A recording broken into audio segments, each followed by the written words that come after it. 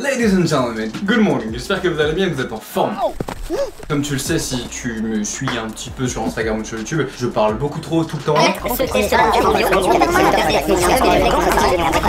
Donc du coup je te propose qu'on rentre straight into this video maintenant et qu'on perde pas trop de temps sur les intros qui peuvent durer beaucoup trop longtemps. Des fois quand je me laisse papoter, je me suis presque fait un tatouage par mois pendant un an. Si on fait le compte vraiment il y en a 11. Fallait un titre potable, d'accord? Je te propose qu'on les décortique ensemble, que je t'explique leur signification, par qui je les ai fait faire, où ça, combien de temps, combien de douleurs. Oui je sais que ça se dit pas mais... What you gonna do about it? À la base, j'ai jamais vraiment super kiffé les tatouages. Pour moi, avant avoir un tatou, c'était être comme ça, ou comme ça, ou comme ça. Et du coup, ça m'a jamais parlé parce que personnellement, les grosses pièces, les manchettes et tout, je me suis toujours dit putain, ça rend bien sur plein de gars. Mais sur moi, genre, c'est pas ce que je veux et si j'ai pas, ça me. Genre, j'en avais mis 2-3 faux de temps en temps, tu vois, pour rigoler. C'était marrant, tu vois, d'avoir un truc sur le bras, mais en vrai, ça me correspondait pas. J'ai rencontré ce gars qui est devenu un de mes très bons frérots par la suite. Et dans ma tête, j'ai fait damn. J'ai presque changé de bord l'espace de quelques secondes, tu vois. J'avais plein de choses en tête que j'arrivais pas à matérialiser dans du concret. Et en voyant Steph pour la première fois, j'ai fait putain mais c'est exactement ça. J'ai su que à partir de ce moment-là, j'allais lui piquer un peu des tips pour plus ou moins savoir comment il avait fait ci et ça et comment ça faisait pour créer une sorte de chef-d'œuvre visuel à coup de plein de petites pièces plutôt que plein de grosses pièces comme les gars dont je t'ai parlé juste avant. Vraiment les deux seuls vrais inspi tatou que j'ai, c'est mon pote Steph et peut-être un peu Jay Alvarez. Voilà en fait c'est ce genre de tatou vraiment fin, vraiment ça fait un peu féminin entre guillemets dans le sens où de base les mecs ils ont un truc vraiment dark, vraiment foncé, qui prennent tous les bras avec des têtes de mort, des roses et tout. Et de base, hein, c'est en règle générale, les meufs ont des trucs plutôt fins, un peu minimalistes à droite à gauche. Moi les seuls trucs qui m'attirent c'est toutes ces petites pièces. C'est pour ça qu'il n'y a pas une grosse pièce mais qu'il y aura plein de petites et que vous verrez au fur et à mesure plein de tampons se poser un peu par-ci par-là. Pour un jour peut-être en avoir une bonne centaine. Donc mes premiers tatous, j'ai commencé sur les poignets. En fait j'en ai fait vraiment deux tous les 2 mois en l'espace d'un an. Je sais que vous allez me demander aussi, donc tous mes tatouages sauf le plus gros, le dessin juste là, ont été réalisés par Alexia qui est devenue une super bonne copine aussi. Si ce type de tatou vous intéresse, elle tatoue à Paris dans plein d'adresses différentes mais à la base elle tatoue à l'encrerie. Et du coup c'est là où personnellement j'en ai fait 10. On a commencé avec mes deux poignets. Donc sur le gauche il y a marqué Still Learning, sur le droit il y a marqué Growth. Pourquoi Still Learning, pourquoi Growth? Donc ouais tu sais quand tu te fais tatouer souvent au début tu veux un petit endroit discret pour voir si tu vas assumer le fait d'avoir des tatous toute ta vie. Et moi je sais que j'ai voulu commencer par un endroit discret. Et les poignets ça me parlait de ouf parce que c'est quelque chose que toi tu vois tous les jours mais quelque chose qui est relativement discret. Je me rappelle que même 6 mois après, genre mon père avait toujours pas vu mes poignets par exemple. Avant que je me fasse tatouer ça, si tu me connais un peu et si tu suis cette chaîne YouTube, tu sais que les choses qui me fascinent moi c'est la progression et le fait de toujours être un élève et de toujours être en phase d'apprentissage. Avant, quand je parlais de tout ça par exemple et je disais que j'étais quelqu'un qui avait besoin d'apprendre pour être heureux, qui avait besoin de progresser pour être heureux, bah en fait je me touchais déjà les poignets et j'étais déjà comme ça en disant ouais ma chaîne YouTube elle est basée sur l'apprentissage de plein de trucs et en fait je me touchais déjà comme si je prévisualisais mes tatous qui n'existaient pas. Donc en fait pour moi ils ont toujours été là, juste maintenant vous pouvez les voir, tu vois. C'est juste normal pour moi de commencer symboliquement avec ces deux motos entre guillemets de ma vie. Ces scènes ne disparaîtront jamais parce que ça fait juste partie de moi, de qui je suis de l'intérieur. Et voilà, j'essaie de pas rentrer dans tous les détails du monde parce que tu me connais sinon la vidéo elle va durer 55 minutes et c'est cool qu'elle dure pas 55 minutes. Mais voilà, dans l'idée pour ces deux premiers. Ces deux-là j'ai dû les faire en octobre. Douleur, poignet... 3. Étant donné que c'était mes premiers, j'avais super peur que ça fasse une douleur de ouf et tout, mais franchement comparé à tout ce que j'ai eu après, comparé à cette vidéo par exemple où avec Dylan on est parti à l'hôpital après tellement qu'on avait mal, c'était tellement rien. Troisième, le tout petit que j'ai sur la main ici, et quatrième ici.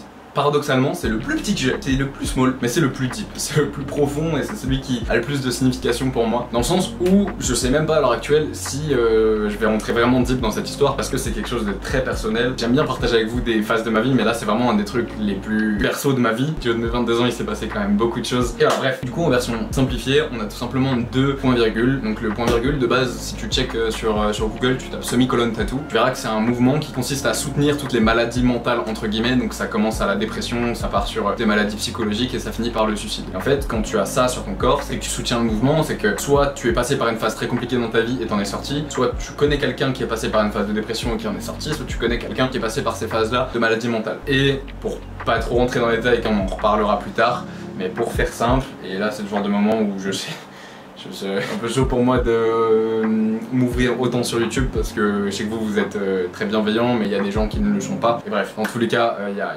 rien à cacher là-dedans. Et voilà, j'ai tout simplement eu 2 suicides dans ma famille. J'ai eu ma maman quand j'avais 7 ans et j'ai eu mon papy quelques années après quand j'avais 11 ans. Et ouais, je vous avais dit que ça allait être un peu deep. Pour moi, c'est juste un petit rappel très symbolique et en fait, je le vois vraiment tout le temps parce que sur les mains, c'est les tatous les plus visibles. Que je sois en train de pousser mes haltères ou que je suis en train de signer un contrat ou de faire n'importe quoi. Je le vois tout le temps et c'est un petit rappel un peu symbolique. C'est 2 personnes qui ont compté, comptent et compteront toujours pour moi dans ma vie. En plus du soutien au mouvement de manière générale. Je pourrais en parler pendant des heures vraiment parce qu'il y a beaucoup de choses à savoir. Mais ce sera peut-être pour plus tard. En conclusion sur celui-là, on a tout simplement 2 points-virgules qui symbolisent et ma maman et mon papy. Juste un clin d'œil au mouvement du semi-colon tattoo de manière générale. Ce qui est marrant sur celui-là, c'est que de base j'en voulais juste un et en fait juste après qu'elle m'ait posé le carbone, en fait c'est moi qui ai pris le carbone et qui l'ai reposé en dessous. Et en fait dès que je l'ai vu, je me suis dit ok, go, genre je sais pas, pour moi ça fait un petit équilibre, ça fait comme un petit yin et yang et de ma vision, de mon point de vue, ça fait aussi un petit bonhomme qui sourit. Et je sais pas, en fait voilà, la spontanéité du tatou.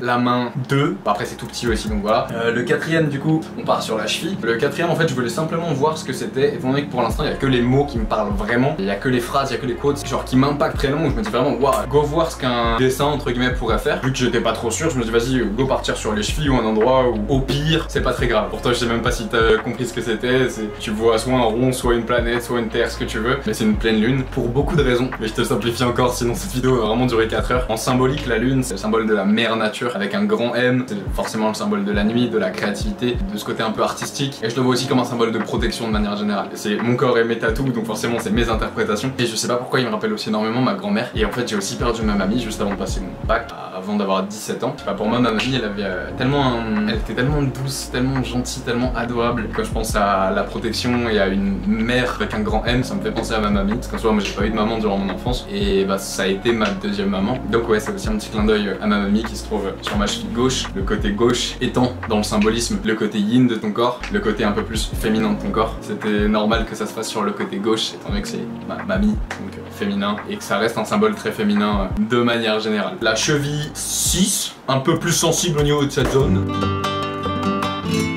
Jusque là on est encore sur les tatous d'Alexia. Enfin, en fait on sera tout le temps sur les tatous d'Alexia parce qu'il n'y a que le dernier qui n'est pas d'elle. 5 et 6. Oui c'est ça. Trust the vibes, trust your gut et trust life. Une petite citation qui vient de moi, enfin il n'y a rien de moi mais genre je l'ai pas vu sur une Google Image en me disant oh, c'est beau, je le copie-colle sur ma peau. Je sais pas, c'est des trucs qui traînaient dans ma tête que j'ai tout simplement disposé comme ça. Cette année, je pense que vous l'avez vu sur YouTube. Pour ceux qui me connaissent de très près, vous voyez, pour ceux qui me connaissent de moins près, je pense que même vous avez pu vous en apercevoir. Il s'est passé beaucoup de choses dans ma vie personnelle qui ont fait que j'ai eu un besoin de changement profond et j'ai eu besoin de matérialiser ça sur mon corps. En numéro 1, ce qui fait tous ces tatouages. En numéro 2, c'est con mais pareil, je me suis fait passer les 2 oreilles aussi, donc j'ai un peu changé de manière de m'habiller et tout. Et en fait, quand tu cherches à changer de manière extérieure, c'est que souvent c'est la résultante d'un changement intérieur, tu vois. Parenthèse fermée. Cette année, il y a eu beaucoup de choses qui ont fait que je me suis tout simplement rapproché de mon intuition de manière générale et de ce petit flair, de cette petite voix, tu sais, que t'as à l'intérieur de toi, qui quand tu rencontres quelqu'un, essaye de te parler. Qui quand t'arrives dans un endroit que tu sens ou que tu sens pas trop, essaye de te faire passer des messages, tu vois. On en parlera juste après, parce qu'il y a marqué intuition juste là sur le tatou qui est venu après. Voilà, dans l'idée, je me suis simplement rapproché de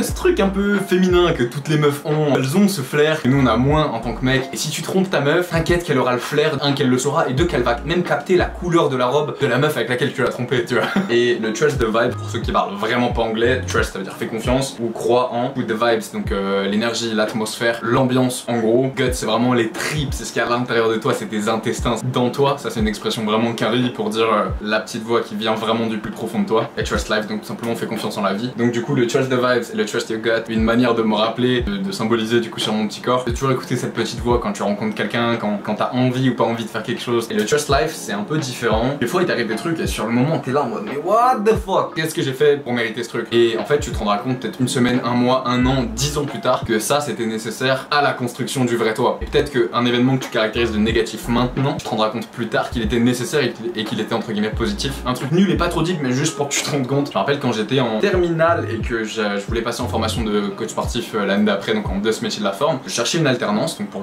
commencer à gagner des sous juste après le lycée. J'ai cherché ma race une alternance. J'étais là tous les jours pendant 2 mois après les cours, je me baladais dans Lyon avec mes CV, j'allais les déposer, je suis allé à l'Orange Bleu, je suis allé à Fitness Park, je suis allé à Keep Cool, je suis allé dans toutes les salles indépendantes de ma ville pour donner des fucking CV et personne n'a voulu de moi en alternance. Et j'étais deg, tu vois. Bon bah vas-y Nick, tant pis, j'aurais pas de sous l'année pro, je me démerderais pour faire des sous à côté. En fait je me suis rendu compte en passant de ce métier de la forme que heureusement que j'ai pas eu d'alternance parce que sinon j'aurais pas pu toucher ma bourse. Et ma bourse était supérieure au prix auquel j'aurais été payé si j'avais été pris en alternance. Je crois que je prenais quasiment 600 € par mois à l'époque et l'alternance elle me payait peut-être 400, 450 pour travailler. Parce que la bourse c'était juste pour aller en cours. Parce que oui, hein, c'est un truc qu'il faut pas oublier. Maintenant peut-être que tu me vois à travers ton écran et tu te dis ouais mais c'est facile, tu manies et tout. Les gars calmez-vous hein. Genre à la base moi je viens de tout en bas, genre vraiment started from the bottom. La preuve est que j'étais étudiant boursier échelon max. C'était tout en haut, il y avait pas un échelon au-dessus de moi tu vois. On revient au Trust Life, je me suis rendu compte que si j'ai autant galéré professionnellement parlant, financièrement, physiquement, même mentalement, même vis-à-vis de tout ce qui m'est arrivé dans la vie, c'est pour m'apprendre des choses que j'aurais juste jamais pu apprendre si je les avais pas expérimentées. Donc voilà pour t'illustrer un petit peu le Trust Life et de manière un peu plus deep, ça va peut-être te faire bizarre ce que je veux dire mais je sais que tous ces événements, que tous ces deuils, toutes ces pertes que j'ai expérimentées dans ma vie, au final à l'heure actuelle j'ai réussi à les remercier et du coup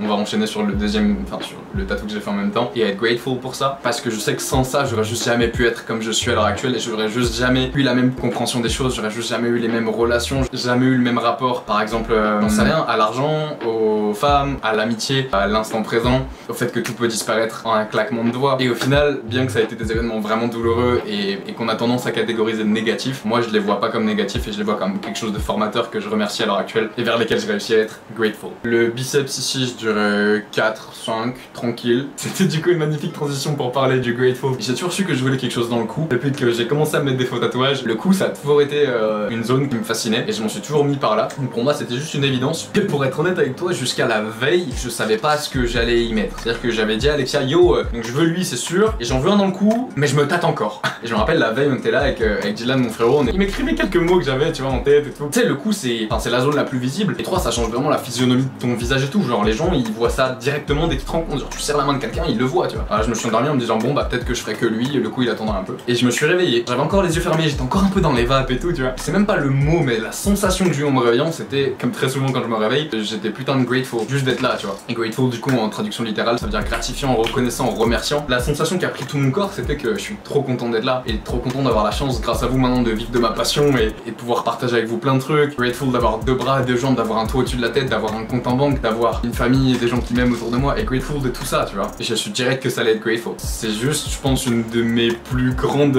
qualités et une de mes plus grosses valeurs, c'est que je suis tout le temps grateful quoi qu'il arrive. Regarde même sur des vidéos d'il y a 2-3 ans, tu m'entends déjà le dire tu vois, je sais pas, j'ai peut-être 17-18 ans à l'époque et tu m'entends déjà dire putain je suis trop grateful de tout ça, Tu sais thankful, j'arrive pas à le traduire vraiment, je suis... Boom, grateful. Genre il est vraiment fat, il est petit mais l'emplacement fait qu'il est vraiment visuel tu vois, tout le monde le voit. Donc le truc qui est cool avec celui-là c'est que c'est un peu comme tous les autres, c'est un rappel, mais celui-là c'est un rappel de moi à moi-même qui fait que j'ai pas le droit de ne pas être grateful de tout ce qui se passe dans ma vie, de tout. Et en fait à chaque fois que je suis là, que je me brosse les dents, que je me recoiffe avant d'aller à un shoot ou quoi, et genre je le vois, boum boum boum, make sense, et ça me fait un bien fou de l'intérieur. Un truc que je te conseille des fois c'est simplement de prendre du recul sur ce que t'es en train de faire et juste de dire yo j'ai grave de la chance. Donc voilà, le grateful ça a été une grosse étape pour toutes ces raisons. Le cou, je dirais 5 jusqu'au haut du cou, donc jusque les premières lettres qui ont un peu résonné dans mon petit crâne et qui commençaient un peu à taper sur quelques nerfs. Je dirais 7 et 8, pas ça, genre juste là les phrases. On est que sur des phrases jusqu'à présent. Vibration, attraction, intuition, ou alors en vibration, attraction, intuition. Étant donné que je casse les couilles de tout le monde avec mon franglais, si on a un tatouage qui est et français et anglais. Ça c'est tout simplement 3 choses auxquelles je crois. Je te laisse te renseigner sur les lois physiques des vibrations et de l'attraction par exemple, en sachant que c'est beaucoup plus complexe que ce qu'on pense. Et la loi de l'attraction, il y a beaucoup de... J'ai envie de dire mais je vais pas dire ça. Il y a beaucoup d'imbéciles. Non. Il y a beaucoup de gens qui vont dire oh la loi d'attraction ça marche pas. Mais j'ai dit que je voulais être musclé. Je me regarde tous les jours dans un miroir en disant que je veux être musclé et ça marche pas. Juste ta gueule. C'est vraiment beaucoup plus complexe que ça. 3 mots qui me parlent énormément et encore plus du coup avec cette grosse remise en question cette année qui a fait que je me suis beaucoup plus rapproché de ce côté un peu féminin dont je t'ai parlé tout à l'heure. Ce côté un peu plus intuition, un peu plus à l'écoute de tes propres sensations, de ton inner self, tu vois. Inner self. Le intuition, c'est pas une loi physique comme les 2 autres, c'est quelque chose auquel je crois énormément maintenant et que j'ai réussi à redévelopper. Parce que quand j'étais plus petit, je ressentais rapidement les gens, les vibes et tout ça. Et j'ai un peu perdu ça à cause du fait que je suis de plus en plus passé dans mon mental et que je me suis un peu éloigné de cette petite voix. À présent, quand je rencontre quelqu'un, que ce soit pour une relation pro, amicale, sentimentale ou plus si affinité, c'est un peu chelou ce que je vais te dire, mais je sais en très peu de temps en me regardant dans le blanc de l'œil gauche qui tu es, est-ce que tu me veux, est-ce que t'es bienveillant ou pas. Et j'ai redéveloppé un petit peu ce flair que j'avais quand j'étais un peu plus jeune et ça c'est vraiment fire. C'est quelque chose que je vous conseille à tous tous et à toutes de bosser parce que, mesdames, ça vous évitera de tomber sur des trous du cul. Messieurs, ça vous évitera de perdre votre temps avec des filles qui en valent pas la peine. Et voilà, ça sauve le temps de tout le monde. Tac, tac, tac. Concernant le no need to say when you feel, ça pareil, c'est pas une citation, c'est pas une quote que j'ai trouvé sur Google Images, c'est une phrase qui sort tout droit de mon petit crâne, qui peut être interprétée de plein de manières différentes. Et quand je l'ai posée, c'était tout simplement parce que je me suis rendu compte qu'il y avait beaucoup de moments où t'es beaucoup trop dans ta tête et pas assez dans ton vrai toi, genre ici, pas assez dans ton cœur. Et il y a beaucoup de choses que t'essayes de verbaliser avec des mots, il y a beaucoup de choses que t'essayes d'intellectualiser, alors qu'il y a beaucoup de choses que tu dois tout simplement ressentir. Je te prends un exemple bête, mais ça va s'enchaîner avec le tatouage qui est au-dessus. Un baiser, typiquement, c'est le genre de truc où bah t'as pas à être dans ta tête et t'as pas à te dire attends, mais peut-être que si elle me regarde comme ça, il faut que ça veut dire que je dois la pécho maintenant. En fait, juste ferme ta gueule.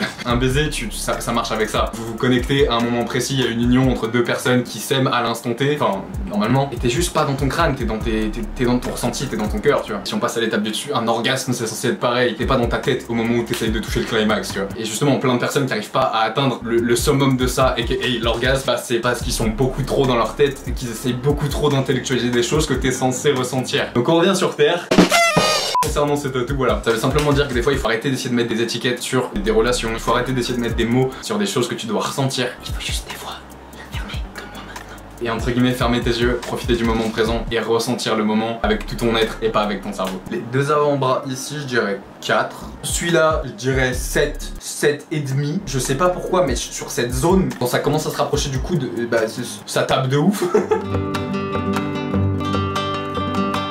On arrive sur mes dernières séances, 9, 10 et 11. Donc ici on a un petit cercle que tu peux matérialiser de plein de manières différentes. Donc c'est le seul tatouage que j'ai décentré volontairement. À la base je voulais le mettre dans la ligne, dans la suite logique des choses ici. Et en fait bah, mon pote Steph m'a dit frérot, si tu veux commencer à ressembler à quelque chose vis-à-vis de tout ce qu'il va y avoir après, essaye de pas être un robot à faire que des trucs super carrés dans l'angle, qui suivent parfaitement les muscles et genre commence à décentrer. Et du coup bah, c'est pour ça que c'est le seul qui est pas aligné comparé aux autres. Il y a beaucoup de choses sur Terre qui sont cycliques et moi personnellement je pense même que nos vies sont cycliques et je pense même qu'on fait des allers-retours ici un peu de cette manière jusqu'à ce qu'on comprenne certaines choses et peut-être qu'un jour on les fasse plus, mais c'est que ma manière de voir les choses. Bref, celui-là tu peux l'interpréter de beaucoup de manières différentes et je trouve qu'il match de ouf avec mon growth qui est juste là. C'est une sorte de cercle de progression. Tu commences toujours dans la vie, dans n'importe quel domaine, au step number 1. Il faut vraiment que tu comprennes cette notion de progressivité. Il n'y a rien qui se fait comme ça, tu deviens jamais champion du monde avec une séance, tu deviens jamais un bon guitariste en une séance, tu perds jamais du poids avec un jour de régime, tu vois. Ça te sert juste à comprendre entre guillemets que the sooner you start, the sooner you improve. C'était un post que j'avais vu sur Visualize Value, qui est une de mes pages Insta préférées, et quand je l'ai vu j'ai juste fait waouh, ça me représente de ouf, il faut qu'il soit sur moi. Tu peux le voir de cette manière. Celui-là il me rappelle que c'est important de se prendre des grosses claques d'humilité, un peu comme le style learning qui est juste là, qui te rappelle au final que t'es toujours en phase d'apprentissage et que même si tu deviens très chaud dans un domaine, t'auras toujours à apprendre de quelqu'un et du coup reste humble. Et personnellement je le vois de ouf avec mes practices. Bon, dans ma vie j'ai commencé par les arts martiaux, donc j'ai master tout doux, je suis monté au stade où je donnais des cours et je suis encore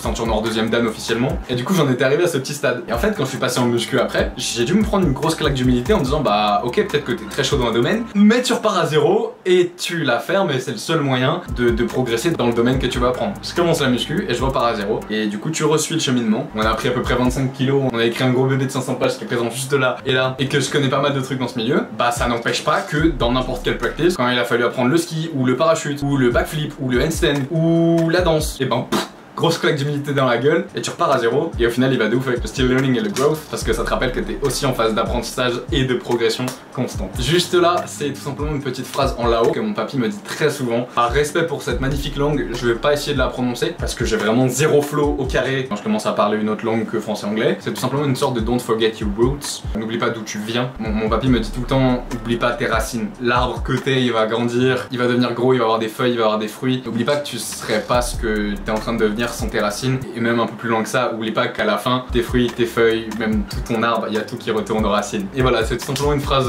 que mon grand-père me répète souvent, que je lui ai fait marquer sur un bout de papier, que j'ai amené à un professeur de là-haut pour corriger les quelques fautes, et que je me suis tout simplement posé sur l'avant-bras droit. Si on en suit la logique, côté gauche plus féminin, côté droit, côté masculin, c'est la lignée mâle de ma famille. Et voilà, petite anecdote funny sur celui-là, mon père est né au Laos, mais on n'est pas laotien, genre, on n'a pas d'origine laotienne dans ma famille. Ma famille a juste vécu là-bas, mon grand-père et mon père. Je trouve ça funny d'avoir un tatouage en mode asiate, parce que je suis asiate, mais pas de ma langue d'origine, qui veut dire n'oublie pas tes origines et d'où tu viens, tu vois.